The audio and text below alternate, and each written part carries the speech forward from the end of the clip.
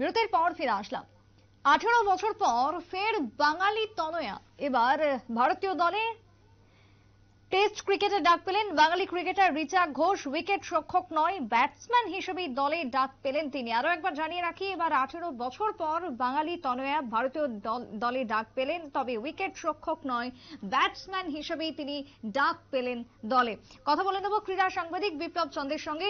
বিপ্লব দা, 18 বছর পর এবার ভারতীয় দলে বাঙালি তনয়া, কি জানতে পারছো এক্ষেত্রে কতটা ভালো এটা ওমেন্স ক্রিকেটের জন্য? দেখো, একটা জিনিস বলি যে শুধু ওমেন্স ক্রিকেটের নয়, আমরা বাঙালি যারা রয়েছি বাঙালিদের কাছে কিন্তু এই যে ক্রিকেটটা, বিশেষ করে মহিলাদের ক্রিকেটটা কিন্তু অনেকটাই কিন্তু কষ্টকর ব্যাপার বা অনেকটাই দুঃসহ ব্যাপার। তো সেক্ষেত্রে আবার ভারতীয় দলে চান্স পাওয়া কিন্তু এটা কিন্তু খুব ভাগ্যের, সৌভাগ্যের লক্ষণ, বা আমরা বলতে পারি যে একটা চ্যালেঞ্জ, যে বঙ্গতনয়ারও কিন্তু পিছিয়ে নেই অন্যান্য রাজ্যের মেয়েদের সাথে। তো সেক্ষেত্রে আমরা বলবো যে দীর্ঘ 18 বছর পর 2005 সালে কিন্তু শেষবারের মতো পেয়েছিল সেখানে ঝুলন গোস্বামী, যিনি ভারতীয় দলের নেতৃত্ব দিয়েছেন, বেশ কয়েকবার বিশ্বকাপও খেলেছেন ভারতীয় দলের হয়ে। এবং সেক্ষেত্রে ঝুলন গোস্বামীর পর রিচা ঘোষ যা পেলেন, তো তাতে বলা যায় যে এই যে বঙ্গতনয়া ভারতীয় দলে চান্স পেলেন, তাহলে কিন্তু বাঙালিদের ক্ষেত্রে আরো একটা দ্বার নতুন ভাবে উন্মোচিত হলো। এবং সেক্ষেত্রে যে সমস্ত বাঙালি মহিলা ক্রিকেটাররা রয়েছেন তারা কিন্তু আরো বেশি উজ্জীবিত হবেন এবং ক্রিকেটের প্রতি ঝুঁকবেন।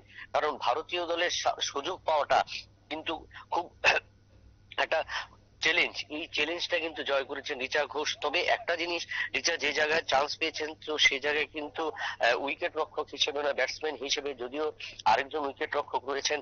তো সেক্ষেত্রে রিচা ঘোষকে কিন্তু প্রথমেই কিন্তু ব্যাটসম্যান হিসেবে দায়িত্ব পালন করতে হবে। তবে সেক্ষেত্রে দ্বিতীয় পর্যায়ে যদি সে সুযোগ পায় উইকেটিং এ, তবে কিন্তু উইকেট পড়বে। এটা হলো একটা বিষয়। এবং দ্বিতীয় বিষয় হলো, আমরা যেটা বলবো যে ভারতীয় ক্রিকেটে এখন স্মৃতি মান্দানা থেকে শুরু করে যারা ভারতীয় মহিলা ক্রিকেট দলকে দাপট দেখাচ্ছে, তো সেই দাপট দেখানোর ক্ষেত্রে কিন্তু সবচেয়ে বেশি যার ভূমিকা ভারতীয় দলে রয়েছে সেটা কিন্তু ছিলেন ঝুলন গোস্বামী। বলা যায় যে ঝুলন গোস্বামীর পর এই যে রিচা ঘোষ সুযোগ পেলেন, তাতে আরো বেশি কিন্তু ক্রিকেট উজ্জীবিত হবে। এবং বাংলার ক্রিকেট নয়, এবং বাংলার ক্রিকেটের সাথে এই রাজ্যের ক্রিকেট মহিলা ক্রিকেটাররা যারা রয়েছে তারও বেশি কিন্তু আরো বেশি উজ্জীবিত হবে।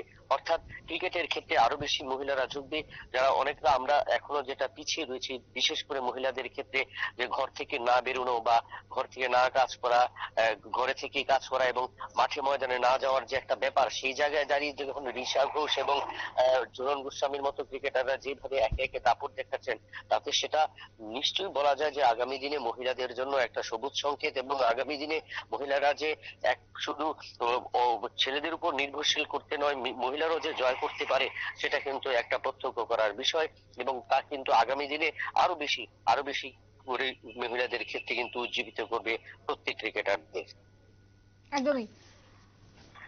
অনেক ধন্যবাদ বিপ্লব দা, তোমায় কথা বলছিলাম আমাদের ক্রীড়া সাংবাদিক বিপ্লব চন্দ্রের সঙ্গে। তবে 18 বছর পর এই যে বাঙালি তনয়া হিসেবে ডাক পাওয়া ভারতীয় দলে, তা একদিকে যেরকম মহিলা ক্রিকেটের ক্ষেত্রে অত্যন্ত উজ্জীবিত হওয়ার বিষয়, তার সঙ্গে বাঙালিদের ক্ষেত্রেও কিন্তু একটা যথেষ্ট উজ্জীবিত হওয়ার বা প্রশংসনীয় বিষয়, যা বলাই বাহুল্য। আমাদের প্রতিনিধি ক্রীড়া সাংবাদিক তুলে ধরলেন।